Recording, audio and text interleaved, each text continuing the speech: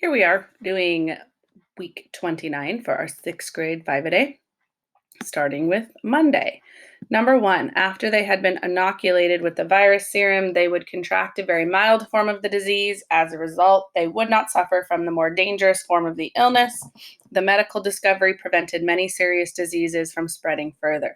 So you see here we had been inoculated. We have helping verbs. We have ed at the end. This is a verb. It means to protect a person from a disease by exposing them to a form of it. So you may get inoculations, that's the noun, or vaccines, that's a synonym, for things like the flu or chicken pox, polio, diphtheria, all these things that we get vaccines for. And it just means that we give you a small amount of that disease. Your body can form a response to it and it knows how to fight it. And so then the idea is that you would be immune. We had that word a couple weeks ago on the 5-a-day. Number 2, circle the misspelled word. The misspelled word is receipt. So we have perspective, receipt, and favorite. The correct spelling is RECEIPT. That I before E, except after C rule, is applying in the word receipt. For number 3, rewrite the sentence adding a non-restrictive element using parentheses. His best friend, and here in the parentheses, I just gave his best friend a name, Pablo, planned the surprise party. Remember when we use parentheses, it has a weak emphasis, so you can almost just skip right over it and it does not affect the meaning of the sentence. I still know what's happening. It's just giving you some extra information. Number 4, circle the correct pronoun for this sentence and identify the type. My classmates and they all spoke 2 languages. A good trick to help you figure this out is take out the other noun in the sentence. Would you say they all spoke 2 languages or them all speak 2 languages? You would say they. So that's why they is the correct choice. My classmates and they is the subject of the sentence. So because it is in the subject, then this is a subjective pronoun. Number 5, an antonym for rancid. Rancid means spoiled or gone bad. So that's why the synonym here is spoiled. The antonym then would be fresh. So for Monday, we're going to study number 2 and number 4 for your quiz.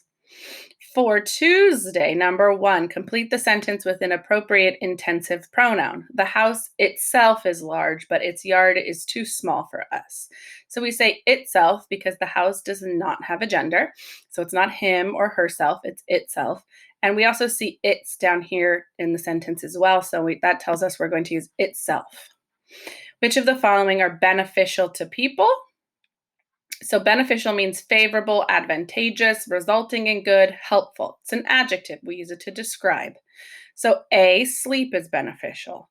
B, mistakes are beneficial. We do talk a lot about that, how when we make a mistake, it is helpful because it teaches us what not to do in the future. And C, clean water is helpful or beneficial as well. D, not a correct answer choice. Number 3, we're using the Greek or Latin root ortho, meaning straight. So orthotics, I believe, are things that you might put on your feet or your legs to help straighten them. Orthopedic, I believe, are things that they put in shoes to help kind of straighten out your feet so you walk at a better proper posture. Orthodox, usually referring to when people follow a religion straight from a holy text. Orthography is the conventional spelling system of a language. So when you're taking the words and the spelling straight from the language. And orthodontist, we know that that is a doctor you visit, somebody who straightens your teeth. You have also the word root here, don, meaning teeth. We've had that one before. And the ist, meaning one who. So there's quite a few roots and affixes in that word. Number 4, when I parked my bike next to the car, I saw that it had a flat tire. So it is vague. I'm not sure if the car or the bike had a flat tire. The simplest way to fix that, because we have this dependent and an independent clause, is to reposition them. I saw that the car had a flat tire when I parked my bike next to it. So just by rearranging the sentences, it definitely helps make that vague pronoun more clear. And for number 5, cruel and unkind. So cruel and unkind are synonyms. That's the sample sentence I have down here.